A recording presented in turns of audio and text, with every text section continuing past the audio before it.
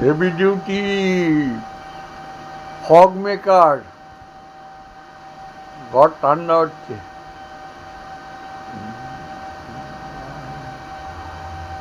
ডালদার drum, পায়খানার hose pipe, আর পিছনে লাগানো আছে মোটর, ভিতরে আছে কি সেটা বলবো না, ঘর ঠান্ডা বাতাস।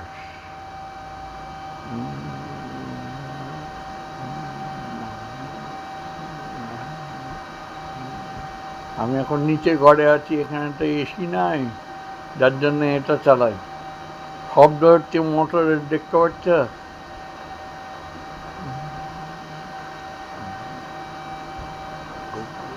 তাড়াতাড়ি আসো, নিবাত,